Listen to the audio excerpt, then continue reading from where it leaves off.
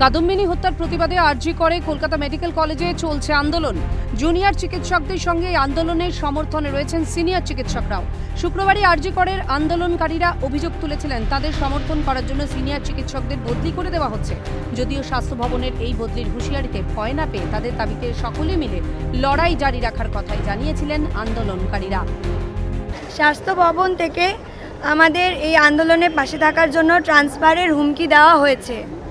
আমরা ওনাদের জানাতে চাই এবং সবাইকে জানাতে চাই এই আন্দোলনে নিরাপত্তার দাবিতে এবং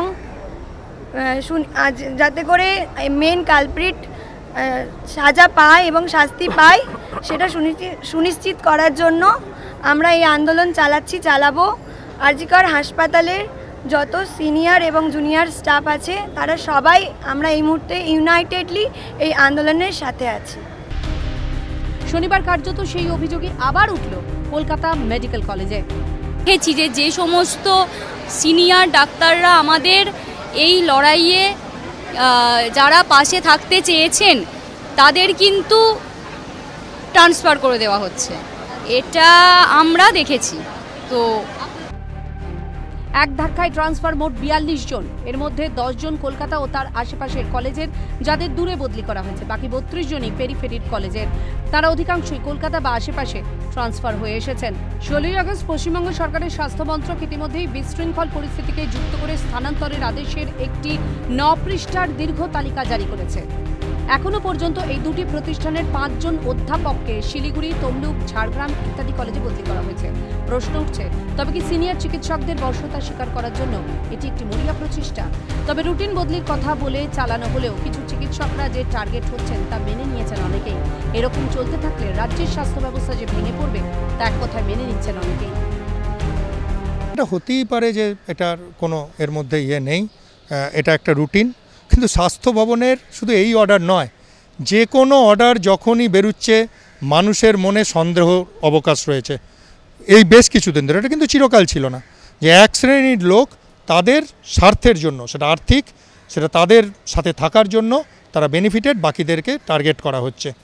স্বাস্থ্য প্রশাসনের সর্বোচ্চ স্তরে এটায় খুব ভালোভাবে নজর দেওয়া উচিত, না হলে পশ্চিমবঙ্গের স্বাস্থ্য ব্যবস্থা পুরোপুরি ভেঙে যাবে এবং এই আরজি কর বা সন্দীপ ঘোষের মতো দুর্বৃত্ত তৈরি হবে। উঠে আসছে স্বাস্থ্য ভবনের লবির তত্ত্ব। সন্দেহের চোখে স্বাস্থ্য ভবন কখনোই ঊর্ধ্বে নয়, কারণ গত এত বছর ধরে যা আমরা দেখে আসছি যে স্বাস্থ্য ভবন একটা দুর্নীতির ঘুঘুর বাসা হয়ে গেছিল, যেখানে কিনা প্রতিটা সময়ে বিভিন্ন কিছু দেখা যাচ্ছে যে কিছু না কিছু ঘটাতে গেলে সেখানে কোনো না কোনো আঙুল উঠছেই। কারণ স্বাস্থ্য ভবন একটা লবির জায়গা তৈরি হয়েছে, যেখানে উত্তরবঙ্গ দক্ষিণবঙ্গের বিভিন্ন লবি ধরে চলছে। কিন্তু এই সময়ে এই অর্ডারটা বের করা কোনো মতেই সন্দেহের ঊর্ধ্বে নয়, কারণ এটা একটা বার্তা দেওয়া, এবং এমনও হতে পারে যে সমস্ত ক্যামেরার মুখ ঘোরানোর জন্যে যে এই অর্ডারটার উপরে সকলের নজর পড়ুক, এটাই হতে পারে। এটা আমাদের বিভিন্ন সিনিয়র চিকিৎসকদের সন্দেহ। চিকিৎসকরা বদলি হয়েছেন, তাদের অনেকেই একটা বড় অংশ তারা এই আন্দোলনকে সমর্থন করেছেন। শুধু নৈতিক নয়, তারা ধর্ণা মঞ্চে এসে তারা ওপেনলি খোলাখুলিভাবে তাদের সমর্থনটা জানিয়েছেন, বলেছেন যে জুনিয়র চিকিৎসক এবং ছাত্রছাত্রীরা যে ধর্ণামঞ্চ তৈরি করেছে, যে আমরা তোমাদের পাশে আছি, আমরা হয়তো এখানে এসে বসে থাকতে পারবো না, কিন্তু তোমাদের সঙ্গে আমরা আছি, এইটা ব্যক্ত করেছেন।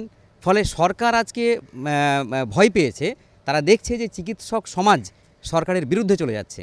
ফলে আন্দোলনকে ভাঙার জন্যই আজকে এরকম একটা পদক্ষেপ সরকারকে নিতে হবে। চিকিৎসকদের এই বদলি নিয়ে সুর চড়িয়েছে কেন্দ্রীয় বিজেপি নেতৃত্ব। বিজেপি মুখপাত্র সম্বিত পাত্র প্রশ্ন ছুড়ে দিয়েছেন, এত সংখ্যক চিকিৎসকদের এক ধাক্কায় বদলি করে কি লুকোতে চাইছেন মুখ্যমন্ত্রী মমতা বন্দ্যোপাধ্যায়? বিজেপির আরেক মুখপাত্র শাহজাদ পুনাওয়ালাও আওয়াজ তুলেছেন এই বদলির বিরুদ্ধে। आनंद फानन में 40-50 डॉक्टरों को आज ट्रांसफर किया गया है। क्यों किया गया है? उसके पीछे क्या कारण है? क्या छुपाना चाहती है ममता बनर्जी? ममता बनर्जी खुद हेल्थ मिनिस्टर है, खुद होम मिनिस्टर है, खुद चीफ मिनिस्टर है, और मैंने कभी ऐसा पहले पूरे विश्व में नहीं देखा है कि जो हेल्थ मिनिस्टर है, जो होम मिनिस्टर है, जिसके हाथ में कानून के बागडोर है, जिसके अंडर में ये आरजी कर मेडिकल कॉलेज आता है, जो मुख्यमंत्री स्वयं है, वो सड़क पे प्लेकार्ड लेके उतरी है कि मुझे जस्टिस चाहिए। जस्टिस फ्रॉम हुम? प्रोटेक्शन फ्रॉम हुम? ये तालिबानी फतवा है पश्चिम बंगाल की सरकार का कि किस प्रकार से इस बेटी के लिए न्याय के लिए आवाज उठाने वाले 43 डॉक्टर्स को पश्चिम बंगाल की सरकार ने ट्रांसफर करने का निर्देश दे दिया है और ट्रांसफर उनकी कई दूर दराज इलाकों में भी की गई है, as if to punish them, to penalise them. বদলি নিয়ে রীতিমতো বিতর্ক শুরু হয়েছে। কিছু চিকিৎসক তারা বলছেন এই আরজিকর আন্দোলনের প্রতিবাদের মুখ হওয়ায় তাদেরকে বদলি করা হলো, আবার কেউ বা বলছেন স্বাস্থ্য ভবনের প্রত্যেকটি অর্ডারই প্রায় সন্দেহের ঊর্ধ্বে নয়, এই কারণ স্বাস্থ্য ভবনের একটি লবি যথেষ্ট সক্রিয়, তার জন্যই এই অর্ডার। ক্যামেরায় নিখিলের সঙ্গে অয়ন শর্মা, ক্যালকাটা নিউজ, কলকাতা। ক্যামেরা নিখিল দাস ও দীপ্ত চক্রবর্তীর সঙ্গে রেশমি দাস ও অয়ন শর্মা রিপোর্ট, ক্যালকাটা নিউজ।